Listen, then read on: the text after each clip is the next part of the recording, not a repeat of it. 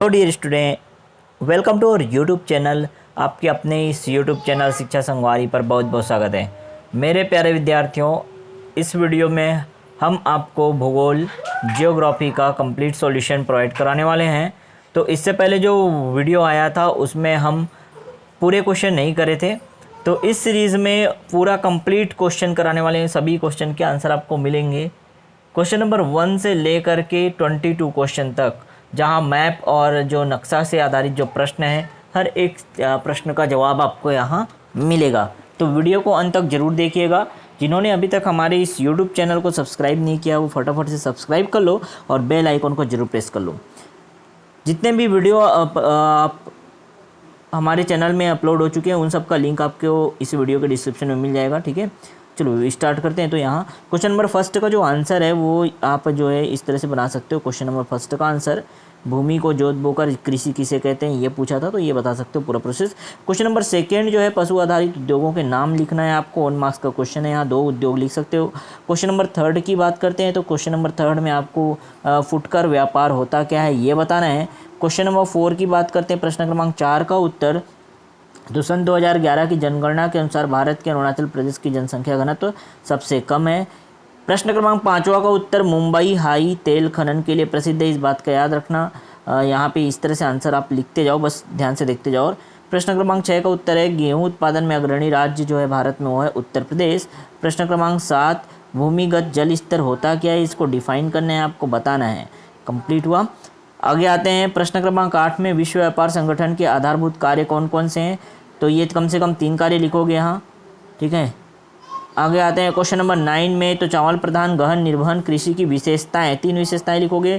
ठीक है, इसको थोड़ा डिटेल भी आप कर सकते हो क्योंकि ये 3 मार्क्स का है, 3 अंक का सवाल है।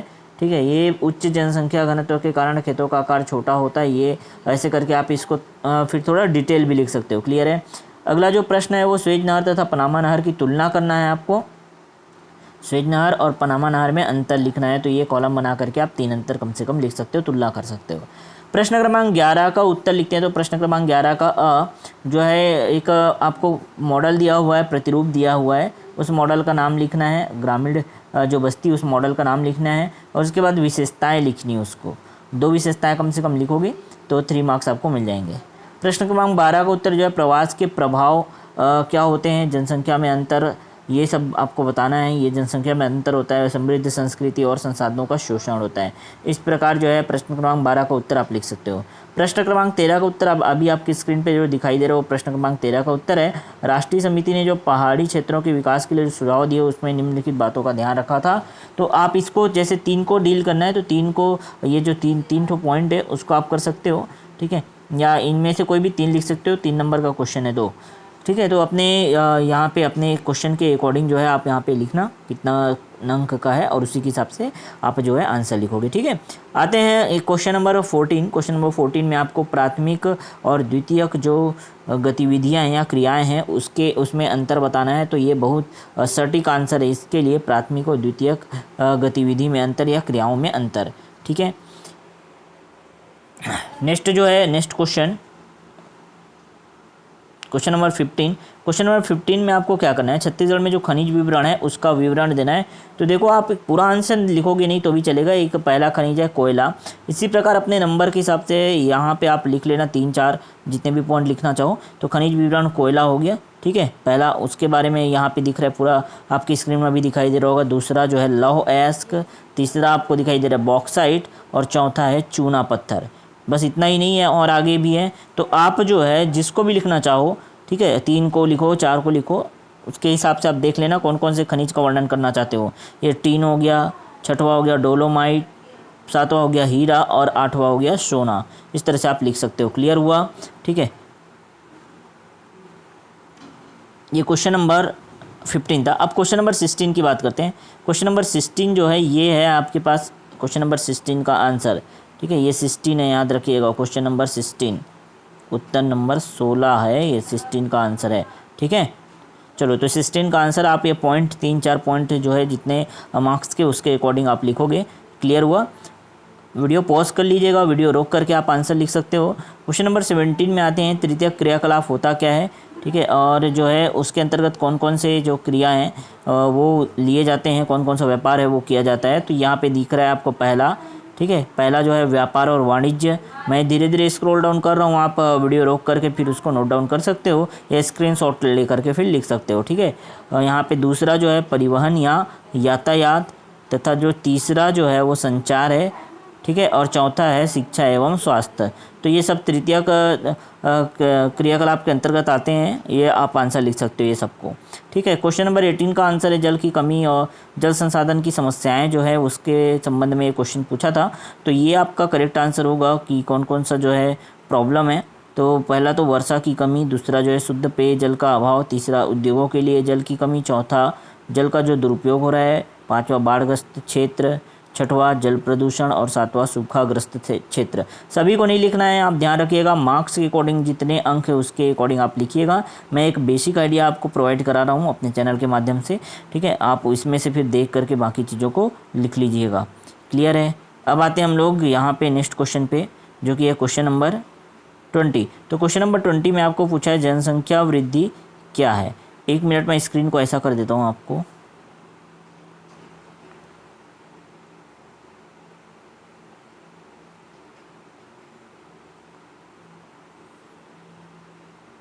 तो ये आपकी स्क्रीन पे दिखाई दे रहा होगा प्रश्न क्रमांक 20 जनसंख्या वृद्धि, ठीक है। आप इसको 1 मिनट क्या करोगे, सबसे पहले तो वीडियो रोक लीजिए और फिर या तो स्क्रीनशॉट ले लीजिए या तो इसको वीडियो रोक करके आप इसको लिख लीजिए। तो जनसंख्या वृद्धि को आपको समझाना है।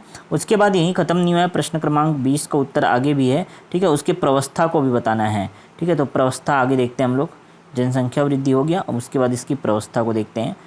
क्लियर हुआ। तो ये प्रवस्था है, कौन कौन सी प्रवस्था इसके हैं। तो पहला दूसरा तीसरा जो नंबर लिखा हुआ है उसको आप लिख सकते हो, यहाँ पे देख सकते हो, ठीक है। और धीरे धीरे मैं इसको स्क्रॉल डाउन कर रहा हूँ। चौथा पाँचवा ये विभिन्न प्रवस्थाएं हैं, जनसंख्या वृद्धि में कितना ग्रोथ हुआ उसके रिगार्डिंग, ठीक है। अब आते हैं हम लोग क्वेश्चन नंबर 21 पे। क्वेश्चन नंबर 21 और 22 एक साथ यहाँ पे जहाँ आपको नक्शा को देख कर आपको आंसर देना है, ठीक है। इसके लिए भी मैं थोड़ा स्क्रीन रोटेट करता हूँ, जब आपको क्लियर दिखाई देगा। हाँ, ये आपको दिख रहा होगा क्वेश्चन नंबर 21। सबसे पहले आपके स्क्रीन पे ले आते हैं। चलो क्वेश्चन नंबर 21 ये दिखाई दिया। इसमें सभी का आंसर आप लिख सकते हो। जो है दक्षिण अमेरिका का सबसे बड़ा क्षेत्रफल वाला देश कौन सा है, तो ब्राज़ील है।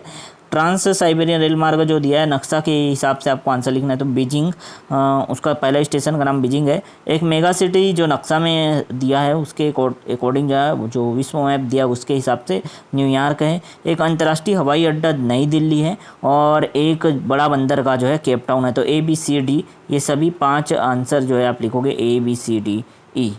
क्लियर, ठीक है। चलो आते हैं क्वेश्चन नंबर 22 पे। तो क्वेश्चन नंबर 22 आपकी स्क्रीन पे अब कंप्लीट दिखाई दे रहा है, ठीक है। क्वेश्चन नंबर 22 आप लिख लीजिएगा यहाँ से। देखो ये क्वेश्चन नंबर 22 है।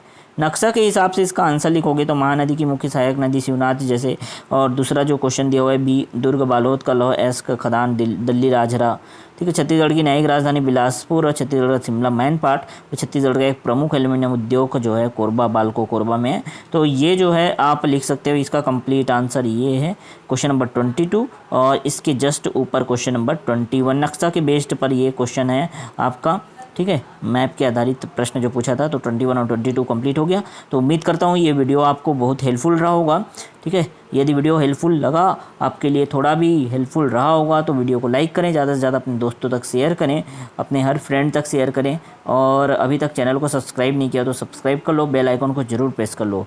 मिलते हैं नेक्स्ट वीडियो में नए अपडेट के साथ और नए इम्पोर्टेंट इन्फॉर्मेशन के साथ, जहां मैं आपको अब बताने वाला हूं कि कैसे इन सब आंसर को आप जो है सभी सब्जेक्ट के आंसर को कैसे जो है टेलीग्राम चैनल के माध्यम से आप पा सकते हो। अगली वीडियो में मैं बताऊंगा। क्लियर है। तो आप सभी का आंसर लिख लीजिएगा।